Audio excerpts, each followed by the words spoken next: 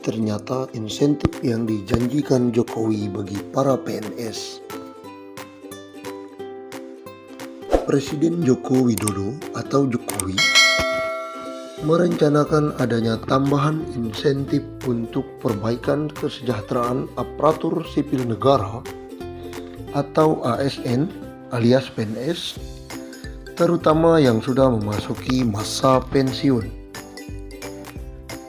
Menteri Keuangan Sri Mulyani Indrawati mengatakan, fokus pertama pemerintah adalah menggencarkan reformasi pensiunan ASN TNI dan Polri, termasuk dengan ASN daerah. Untuk bisa diperbaiki dari sisi benefit atau manfaat yang diperoleh oleh ASN TNI, Polda, dan Polri, kata Sri Mulyani. Adapun yang kedua, perubahan mekanisme penggajian pensiunan PNS. Jika sebelumnya pensiunan PNS hanya mendapatkan gaji pokok, nantinya hak abdi negara yang sudah lama pensiun akan mendapatkan insentif. Insentif tersebut berupa pemberian take home pay. Meski demikian, mantan Direktur Pelaksana Bank Dunia itu belum merinci lebih jauh komponen apa yang akan ditambah dalam mekanisme tersebut. Jadi tidak hanya gaji pokok, tapi take home pay yang dia peroleh. Dengan demikian dihitung berdasarkan take home pay, maka kami berharap dari kalkulasinya akan bisa mendapatkan manfaat yang lebih sesuai, kata Sri Mulyani. Sri Mulyani juga menegaskan, mekanisme rencana ini akan kembali dilaporkan kepada Presiden Joko Widodo. Pemerintah juga akan kembali memaparkan dampak dari kebijakan tersebut apabila diimplementasikan ke depan, karena ada implikasinya ke APBN dan APBD. Kami perlu sampaikan ke daerah termasuk di dalam rencana APBN kita ke depan, jelas Sri Mulyani.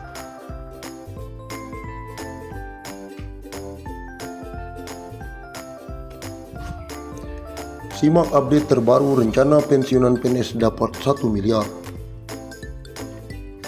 Menteri Pendayagunaan Aparatur Negara dan Reformasi Birokrasi Cahyokumolo mengemukakan pemerintah memutuskan untuk menunda lebih lanjut pembahasan skema dana pensiunan PNS yang akan diterapkan dengan jumlah iuran pasti atau pilih pundit pada tahun 2021 ini.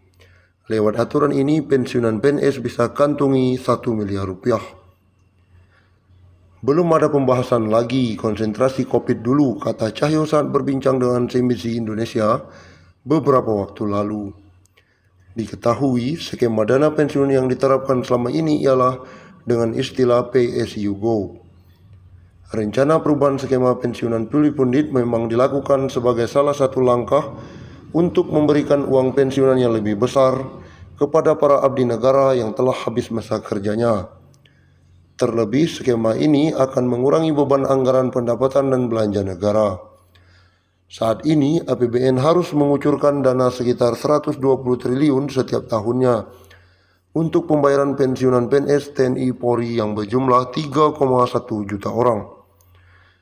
Melalui skema Pay as you go yang masih berlangsung saat ini, dana pensiunan berasal dari hasil iuran PNS sebesar 4,75% dari gaji yang dihimpun PT Taspen, ditambah dengan kontribusi dari Kas Keuangan Negara atau APBN.